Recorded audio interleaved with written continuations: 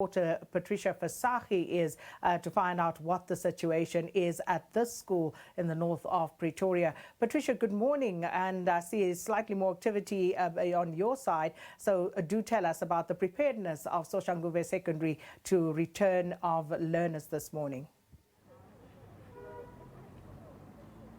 Good morning, Sakina, and to our viewers. Of course, nationally, it is back to the classroom for matriculants from various schools. And here at the Soshanguve Secondary School, that is also the situation. And this after the learners took about a 3-month break due to the COVID-19 lockdown, of course.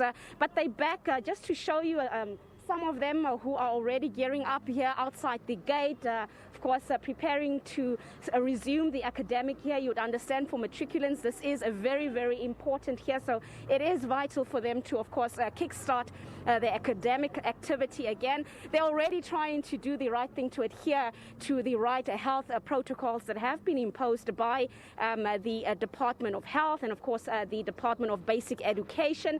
The school is also one of the many schools in Soshanguve that has been affected by vandalism and were torched. The admin block of the school was torched during the early days of the lockdown. That was about in early April.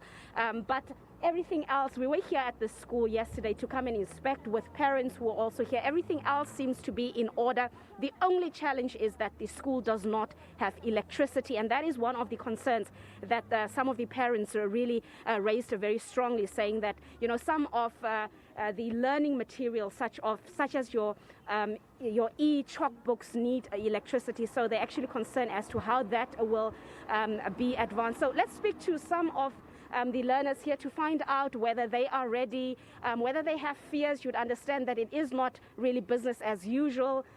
So they also have to adjust. You can see they're wearing masks. This is not how they normally do things. Let's speak to this young lady here. You also a matriculant. I see you wearing your mask. You and your peers are adhering to social distancing.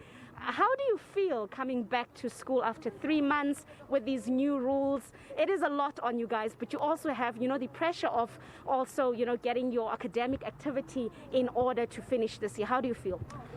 Firstly, my name is Soshanguve Secondary, and I'm not happy. I'm seriously not happy.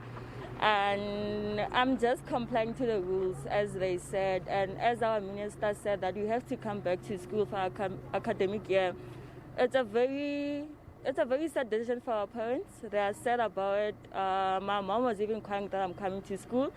We are not safe at all. Like, even we're wearing masks and everything. I can't believe that social distancing will apply to us. And as we are learners and we like having fun and everything, I still don't think that we will be affected. Do you understand? So we are at risk. Grade 7s and grade 12 are at risk, and we're very likely to have this virus. So I'm really not happy, but it is what it is after all. We have to come back to school. You're not happy, and with understanding, so it is a sensitive matter. Your lives and health is at risk here. We can't debate with that. Yeah. But from a personal point of view, what do you think would you be doing to make things easier for yourself, and also just to remind your peers of what is important during this time? All I can say is that we should imply more social distancing, and then we should protect ourselves, wearing masks every time, and we should sanitize ourselves. Whatever you touch, sanitize yourself, and let's imply social distancing. That could help us. Yeah. All right, thank you so much.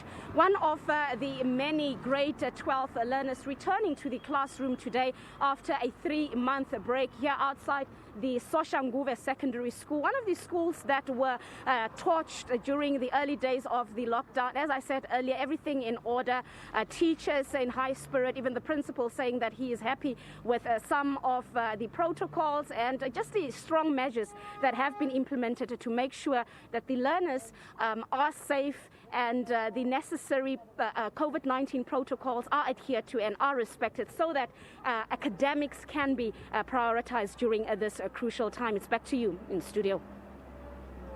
Oh, thank you so much, Patrcia Visagie. And there you have it from two schools, one in the Eastern Cape and one here in Gauteng, with regard to their preparedness for the return of learners in grades 12 and 7. We'll also touch base with our reporters in Mpumalanga later on to find out what the situation is like there. All right, we're going to go to sports now.